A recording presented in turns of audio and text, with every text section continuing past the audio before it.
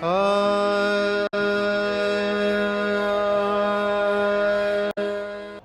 जो आप स्थान देख रहे हैं आप, ये भर्तरी गुफा है।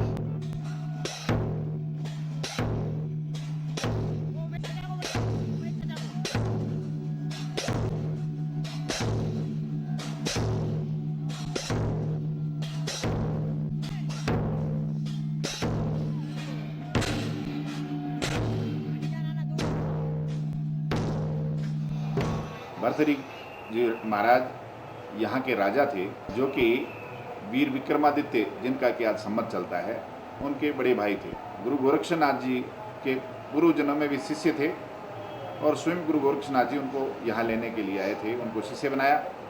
शिष्य बनाने के बाद जो तपस्या जहाँ की, वो उसी को भर्तरी गुफा बोलते हैं। उन्होंने इतनी कठिन तपस्या की कि इंद्र को भी भय हो गया कि ये मेरा सिंहासन जो है वो प्राप्त कर लेगा, क्योंकि 100 अश्वमेध यज्ञ जितना तप हो जाता है तो उसको इंद्र का सिंहासन मिल जाता है।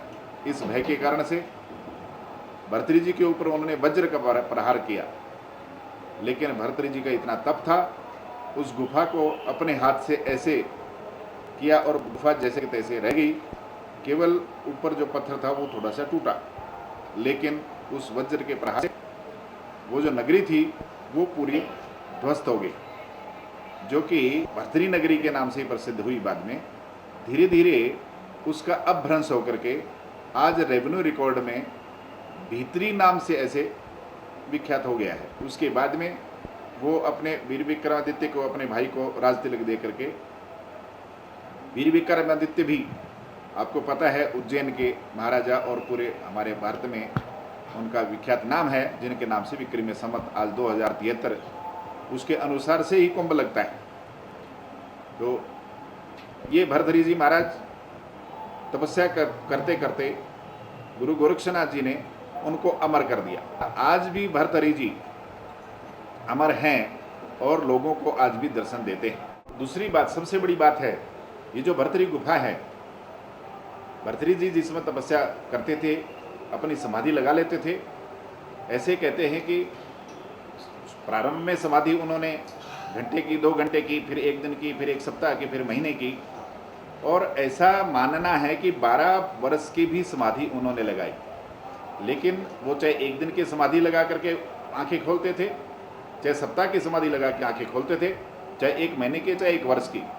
जैसे ही समाधि से वो आंखें खोलते थे तो चारों धाम में स्नान करते थे। और इस गुफा में से ही विशेष चीज़ है यहाँ देखने की कि एक गुफा है जो कि चारों धामों में खुलती है। तो उस गुफा से वो चारों धामों में स्नान करके वापस इसी गुफा में आ जाते थे और फिर वापस समाधि लगा लेते थे। वो स्थान यहीं पर है।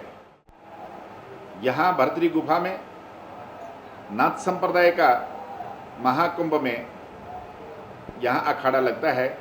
नाथ संप्रदाय योगी सिद्ध आदिनाथ जी, आदिनाथ जी का अर्थ होता है सबसे पहले।